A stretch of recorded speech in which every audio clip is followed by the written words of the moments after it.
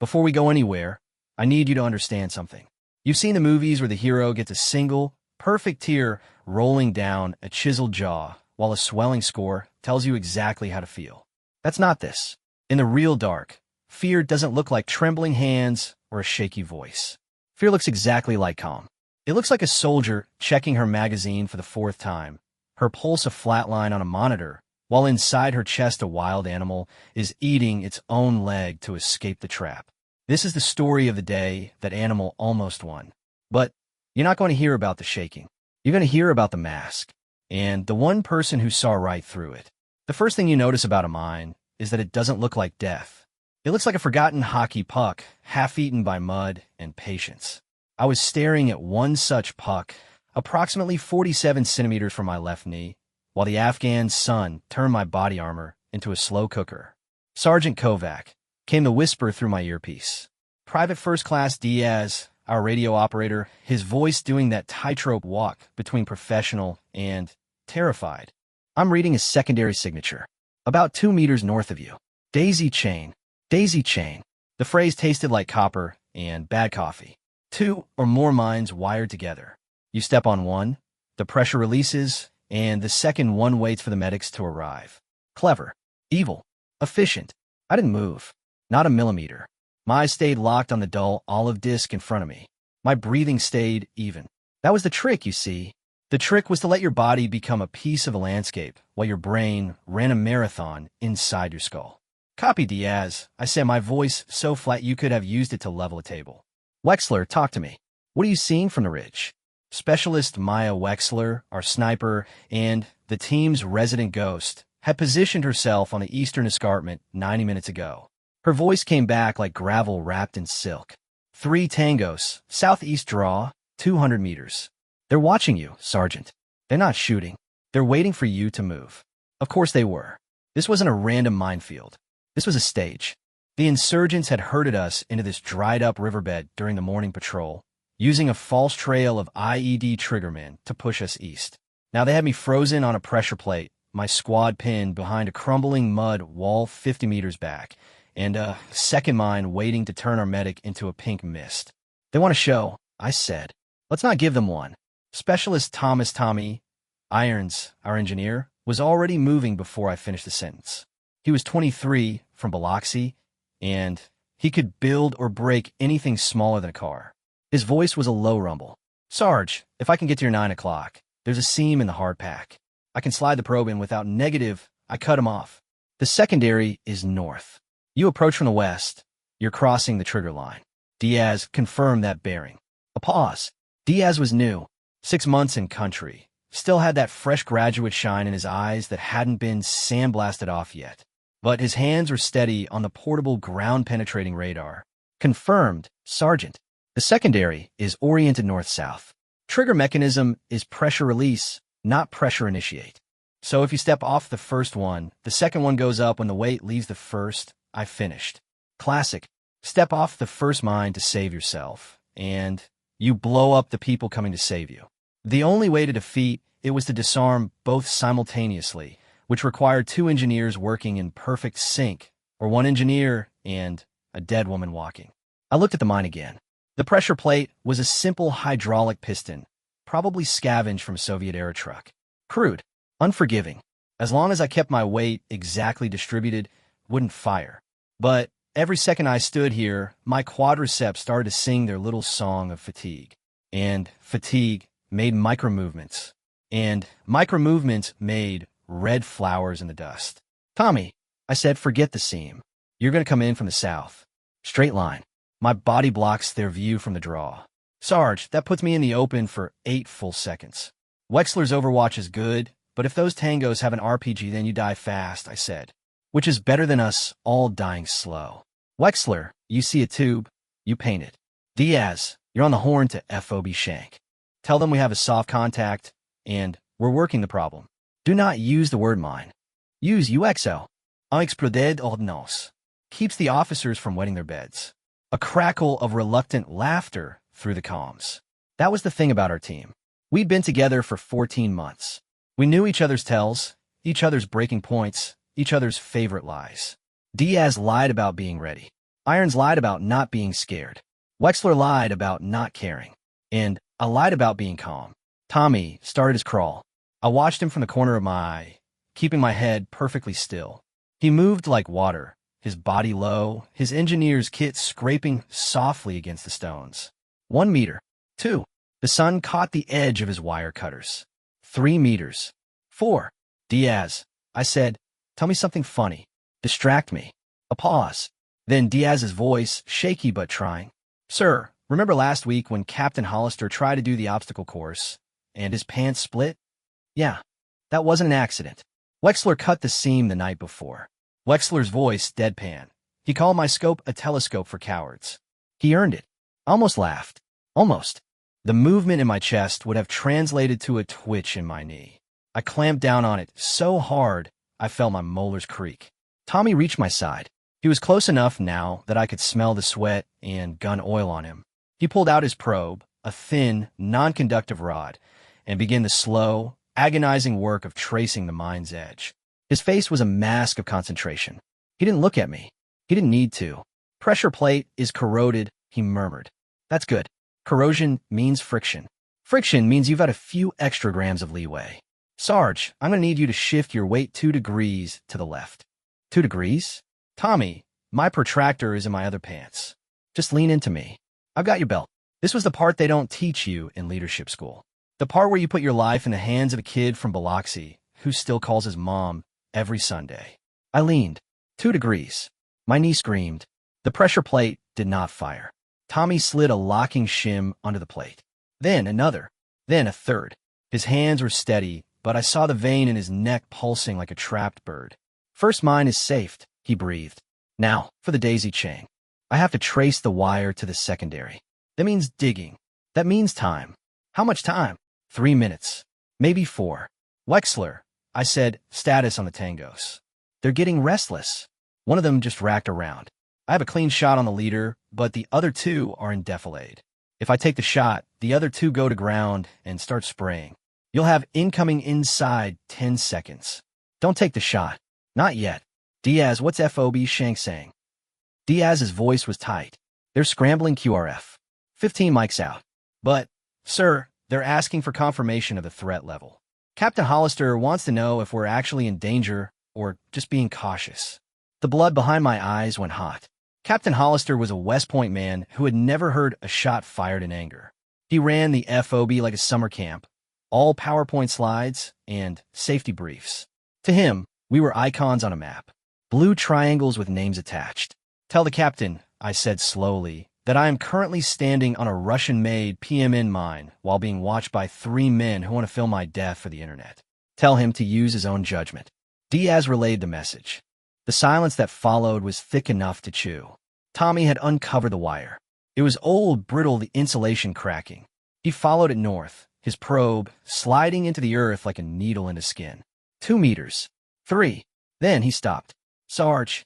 Yeah. The secondary mine isn't a PMN. It's an anti-tank mine. TM 62.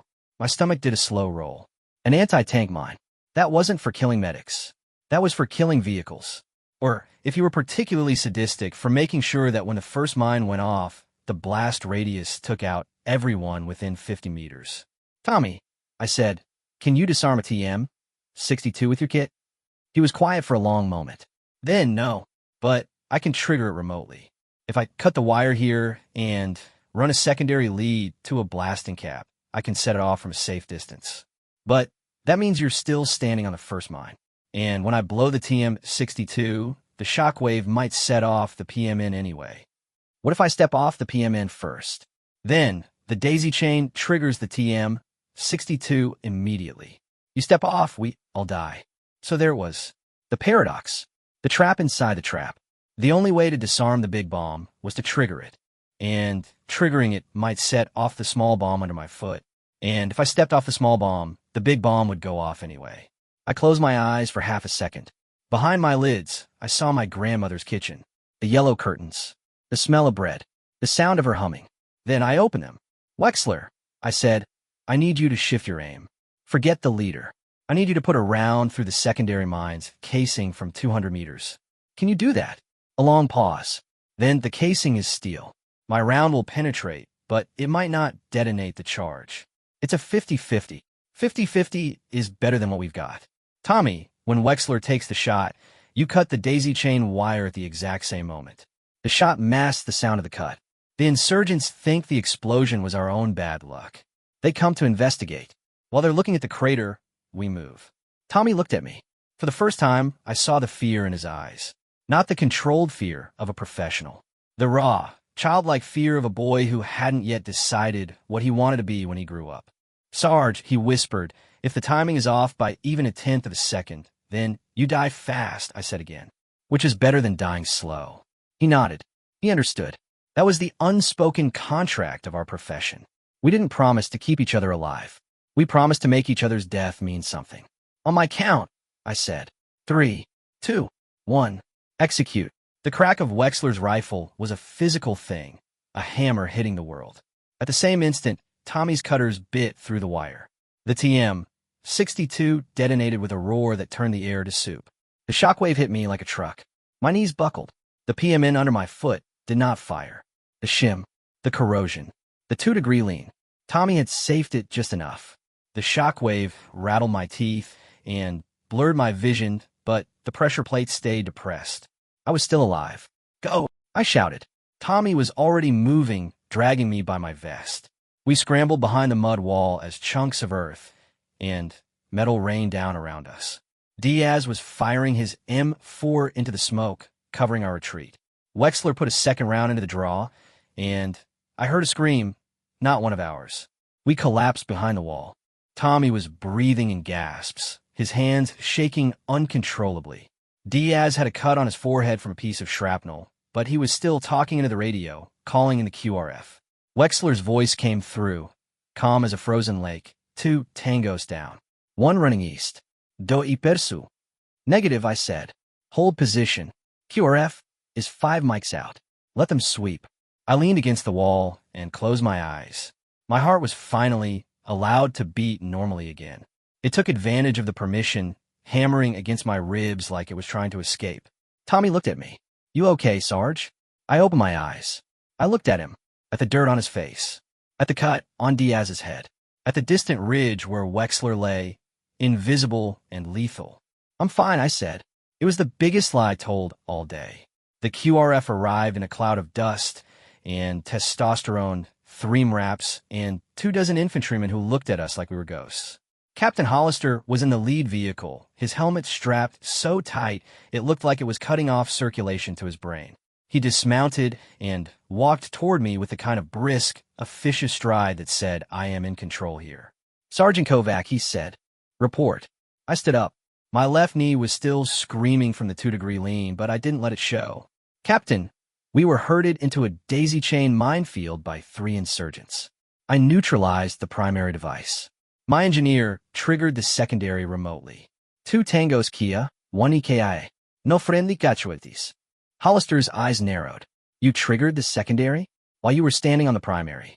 That's a violation of half a dozen safety protocols. Yes, sir. And you authorized a sniper to engage a target in proximity to a live explosive device. Yes, sir. He stared at me. I stared back.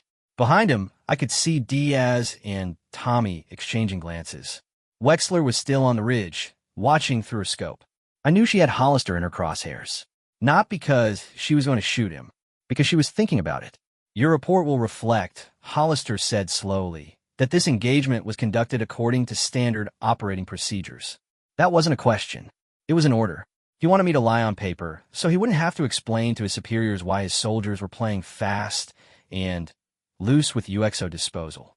Sir, I said, my report will reflect the truth. The truth is that we were in an impossible situation, and we made a call. The call worked. That's the report. Hollister's face went through a series of micro-expressions. Anger, calculation, resentment, and finally, a kind of grudging respect. He was a politician in a soldier's uniform, but he wasn't stupid. He knew that if he pushed this, the story would get out. And the story made him look like a desk jockey who had almost gotten his people killed. Fine, he said. Get your team back to the FOB. Debrief at 1900. He turned and walked away. Diaz let out a breath. I hate that guy. He's not wrong, Tommy said quietly. We did break every rule in the book. The book, I said, was written by people who have never stood on a mine. We loaded up into the back of an MRAP. The ride back to FOB Shank was bumpy and silent. I watched the landscape scroll by: brown hills, green irrigation ditches, the occasional village made of mud and desperation. Somewhere out there, the third insurgent was running. He would tell his commanders what had happened. He would describe the woman who had stood perfectly still on a pressure plate while her team dismantled his trap. And somewhere in a cave or a compound or a stolen house, they would start planning again. That was the war. An endless cycle of traps and counter-traps, fear, and false calm. At the FOB, I sent my team to the medic for checkups. Tommy had shrapnel in his forearm that he hadn't mentioned. Diaz needed 4 stitches. Wexler came down from the ridge looking like she'd just woken from a nap, her rifle cleaned and stowed, her face unreadable. She fell in a step beside me as I walked toward the debriefing tent. "You did get out there," she said. "We did good." "No, you. You stood on a bomb for 14 minutes. You didn't blink. You didn't sweat. You didn't even swear." I swore internally. "That's my point.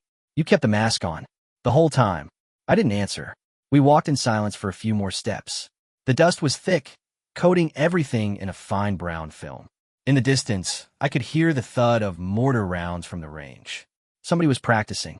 "Maya," I said finally, using her first name, which I almost never did. "How do you do it? How do you stay calm when you have a target in your scope? When you know that pulling the trigger means ending a life?" She was quiet for a long moment. Then, "I don't think of them as people. I think of them as problems. Problems have solutions. People have mothers." That was the most honest thing she'd ever said to me. And the most terrifying. The debriefing was a masterclass in bureaucratic absurdity. Captain Hollister sat at the head of a folding table, flanked by 2 lieutenants who took notes on everything. They asked us to walk through the engagement minute by minute. They asked about wind speed, about visibility, about ammunition counts. They did not ask about fear. They did not ask about the weight of a human life. When it was my turn to speak, I kept my voice flat and professional. I described the mine, the daisy chain, the decision to trigger the secondary. I used words like kinetic effect and risk mitigation. I turned chaos into bullet points. But in my head, I was still standing on that pressure plate, still feeling the sun on my neck, still hearing my grandmother humming in her kitchen. After the debriefing, I went to my bunk. It was a narrow cot in a plywood hut that smelled of feet and diesel. I sat down on the edge and pulled off my boots. My socks were soaked with sweat. I peeled them off and looked at my feet. They were still there, still attached, still functioning. I lay back on the cot and stared at the ceiling. There was a water stain in the shape of a duck. I focused on the duck. The duck was normal. The duck was safe. The duck did not have a pressure plate under its webbed foot. A knock on the doorframe. Tommy, his arm bandaged, holding 2 cups of coffee. "Figured you'd be awake," he said. "I'm always awake." He sat down on the cot next to mine, handed me a cup. The coffee was terrible, instant, bitter, barely warm. But it was something to hold, something to do with my hands. "Sarge," he said, "can I ask you something? You just did. Why didn't you freak out? I mean, I was losing my mind. My hand was shaking so bad I could barely cut the wire. But you just stood there, like it was a drill, like it didn't matter." I took a sip of the coffee. It tasted like ashes. "Tommy," I said, "do you remember the first time you saw someone die?" He nodded. "A few months ago. A roadside bomb. The soldier in the vehicle ahead of us. One second he was there. The next second he was confetti. What did you feel?" I asked. "Numb. Sick. Angry." "What did you show?" "Nothing." I showed nothing. Because that's what we do, right? That's what we do. We show nothing. We become machines. And after a while, it stops being a choice. It becomes who you are. You don't feel fear because you've forgotten how. Or you feel it so constantly that it becomes background noise. Like the hum of a refrigerator. Tommy stared at me. "That's not an answer. It's the only one I have." We sat in silence for a while. The FOB was quieting down, the evening call to prayer echoing from a village somewhere beyond the wire. It was a beautiful sound, haunting and sad. It reminded me that the people we were fighting had mothers too, and fathers, and children who asked them why the sky was full of helicopters. "I think I'm going to re-enlist," Tommy said suddenly. I looked at him. "Why?" "Because I'm good at this. And because if I go home, I'll have to explain to people what I did here. And I don't know how to do that." "You don't have to explain anything." "Yes, I do. My mom asks me every week, "What's it like over there?" And I tell her it's fine. I tell her I'm safe. I tell her we're helping people. And she believes me. Because she needs to believe me. I put my coffee down. "Tommy, listen to me. You're good at this. You are better than good. You are exceptional. But don't re-enlist because you're afraid of going home. Re-enlist because you believe in the mission. Or don't re-enlist at all." He was quiet for a long time. Then he nodded, stood up, and walked out. The door creaked shut behind him. I lay back down and looked at the duck-shaped water stain. Somewhere, in a drawer in my grandmother's house, there was a photograph of me at 6 years old, holding a plastic toy rifle, wearing a Halloween costume that looked nothing like real body armor. I had been so proud of that costume, so eager to play soldier. Now I was a real soldier, and the game had never ended. 3 days later, we went back out. The mission was simple. Clear a suspected insurgent staging area in a village called Nazad. Intelligence said a local commander named Hakim had been using a compound near the river to store weapons and plan attacks. We were to approach at dawn, secure the compound, and detain any personnel found on site. Simple. Except nothing in this country was simple. We moved out at 0300, our NVGs turning the world green and ghostly. Tommy was point, his mine detector sweeping in slow arcs. Diaz was behind him, the radio antenna bobbing like a fishing rod. Wexler was already in position on a hill overlooking the village, her voice a whisper in our ears. I was in the middle, where the sergeant belongs. Close enough to react, far enough to see. The village was asleep when we reached the outskirts.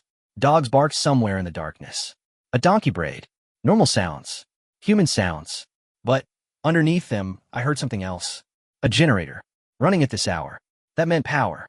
And power meant either a very wealthy farmer or a very well-equipped insurgent. "Wexler, do you have eyes on the compound?" "Partial. There's a wall around the perimeter about 2 meters high. I see lights inside. At least 3 figures moving in the courtyard. Weapons. Hard to tell from this angle. But one of them is carrying something long. Could be a rifle. Could be a shovel. Assume rifle." We approached the compound from the east, using a dry irrigation ditch for cover. The wall was made of mud brick, crumbling in places. Tommy found a section that looked weak and started chipping away at it with a folding shovel. The sound was too loud, too slow. Every scrape felt like a scream. "Diaz," I whispered, "tell me the QRF is on standby." "They are. But, sir, Captain Hollister said they won't move without a confirmed hostile contact." Of course he did. The wall gave way. A hole just big enough for a person to squeeze through. Tommy went first, his M4 up, his body low. Then Diaz. Then me. The courtyard was a mess of debris and shadows. An old pickup truck with no tires. A pile of sandbags. A well with a rusted pulley.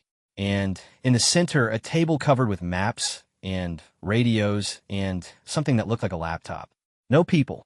"Wexler, I thought you said 3 figures." They were there. They went inside. "Main building, eastern door." I signaled to Tommy. He moved toward the main building, hugging the wall. Diaz covered the western side. I took the center, my eyes scanning for tripwires, for pressure plates, for anything that didn't belong. That's when I saw the child. He was maybe 7 years old, hiding behind the pickup truck. His eyes were wide and dark, reflecting my NVGs like a cat's. He was holding something in his hands. A toy. A phone. Tommy, freeze, I said, my voice barely a breath. Tommy stopped mid-stride. The child, the boy, was holding a remote detonator, the kind used for IEDs. His thumb was on the button. His face was a mask of terror and determination. He had been told to wait, to watch, to press the button when the soldiers got close enough. And now we were close enough. "Wexler," I said, "there's a child in the courtyard. He has a detonator." A pause. Then I see him. "Sarge, I have a shot." "Negative. Do not take the shot. He's going to kill you. He's a child. He's a problem." I started walking toward the pickup truck. Slowly. Hands visible. Weapon lowered. Tommy hissed my name. Diaz whispered something into the radio. I ignored them. The boy watched me come. His thumb trembled on the button. Tears were streaming down his face, cutting tracks through the dust. I stopped about 5 meters away, close enough to see the fear in his eyes, far enough that if he pressed the button, I might have time to die behind the truck. "Hey," I said, "what's your name?" He didn't answer. His lips were moving, but no sound came out. He was praying. In Pashto, I caught a few words. Allah, mercy, paradise. My name is Sarah, I said. I'm not going to hurt you. I just want to talk. He stared at me. The detonator was shaking now, shaking so hard I was afraid he'd press it by accident. Who gave you that? I asked. Your father? Your uncle? A nod, so small I almost missed it. They told you to wait until we were all inside. Then, press the button. Yes. Another nod. They told you that you would go to paradise, that the angels would welcome you, that you would be a hero. The tears were flowing freely now. He was 7 years old, and he'd been taught that death was a reward. That killing was a shortcut to heaven. They lied, I said. The boy blinked. They lied to you, I repeated. There is no paradise for children who blow themselves up. There is only the end. No more sun, no more games, no more mother, just darkness. I took a step closer. 3 meters now. But there's another way. You can put the detonator down. You can walk away. You can go home and play and grow up and decide for yourself what you believe. That is the gift they are trying to steal from you. Don't let them. The boy looked at the detonator, looked at me, looked at the building where his handlers were waiting, probably listening, probably hoping. I'm not going to hurt you, I said. I promise. But I need you to put the detonator down. Now. His hand opened. The detonator fell to the ground with a soft thud. I moved faster than I thought I could. I snatched it up, pulled the battery, and threw it into the well. Then I scooped the boy into my arms and ran for the hole in the wall. Behind me, the building exploded. Not from the detonator. From something else. A cache of ammunition. Maybe, or a gas canister. Or a secondary device that the handlers had rigged as a backup. The blast blew out the windows and sent a fireball roiling into the sky. I dove through the hole, covering the boy's body with my own. Shrapnel whistled overhead. The heat was incredible, a dragon's breath on the back of my neck. Then silence. I lifted my head. The boy was crying, but he was alive. Tommy was shouting into his radio. Diaz was firing at something in the darkness. Wexler's rifle cracked, once, twice, 3 times. QRF is en route, Diaz yelled. Hollister finally believed us. I sat up. The compound was gone. Just a crater and some burning debris. The boy clung to my arm, his small fingers digging into my sleeve. You saved me, he whispered in broken English. I looked at him, at his tear-streaked face, at the fear that was already starting to fade, replaced by something like wonder. No, I said. You saved yourself. You made a choice. Remember that. The QRF arrived 10 minutes later. Hollister was not with them. He had sent his lieutenant instead, a young woman named Chun who actually knew how to talk to humans. She took one look at the boy and me covered in dust and blood and ash and said, Sergeant, what the hell happened? We found a weapons cache, I said. It detonated. We're securing the area. She looked at the boy, at the detonator-less detonator in my hand, at the hole in the wall. And him, he's a civilian, non-combatant, needs medical attention and a social worker. Chun nodded. She was smart enough not to ask more questions. She waved over a medic, who gently took the boy from my arms. He looked back at me as they carried him away. His eyes were still wide, but the terror was gone. In its place was something I didn't expect. Hope. Later, back at the FOB, I sat on my cot and stared at the duck-shaped water stain. Tommy came by. Then Diaz. Then Wexler. They didn't say much. They didn't have to. They sat on the floor, on the other cots, on the footlocker. We drank terrible coffee and listened to the distant thud of artillery. Sarge, Tommy said finally, that kid, he would have pressed the button. Maybe. No, maybe. He was 7. He was scared. He was brainwashed. He would have pressed it. But he didn't, because you talked him out of it. In Pashto, with a bomb in his hand. I shrugged. I learned the language so I could talk to people. Talking is better than shooting. Wexler snorted. Not always. Mostly. Diaz was quiet for a long time. Then, he said, my little brother is 7. I kept thinking about him. About what I would want someone to do if he was the one holding the detonator. What would you want? I asked. Diaz looked at me. Exactly what you did. The conversation drifted after that. To home. To food. To stupid movies we missed. To the way the stars looked different here, brighter and closer, like you could reach up and grab one. Wexler fell asleep on my footlocker. Tommy curled up on the floor with his jacket as a pillow. Diaz went back to his bunk, but left the door open. I stayed awake. I thought about the boy. About his mother, somewhere in the village, probably frantic with worry. About his father, the one who had given him the detonator. About the handlers who had watched from the building, who had probably died in the explosion, who had believed so deeply in their cause that they were willing to sacrifice a child for it. I thought about the mask I wore, the mask of fearlessness, the mask that had convinced a 7-year-old boy to put down a bomb. And I thought about what Wexler had said. I don't think of them as people. I think of them as problems. The boy wasn't a problem. He was a person who had made a choice, a person who now had a future. Maybe that was the whole point. Not to win, not to conquer, just to give people a chance to choose. I lay back on my cot and closed my eyes. The duck-shaped stain watched over me. Somewhere, in a village called Nazad, a boy was sleeping in a makeshift clinic, his hand bandaged, his heart still beating. Tomorrow, there would be another mission, another trap, another impossible choice. But tonight there was this. One saved life. One moment of mercy in a war that had forgotten what mercy meant. I smiled. It was a small smile, hidden in the darkness. No one saw it. That was the point. The mask stayed on. But underneath, for the first time in a long time, something inside me wasn't breaking. It was healing.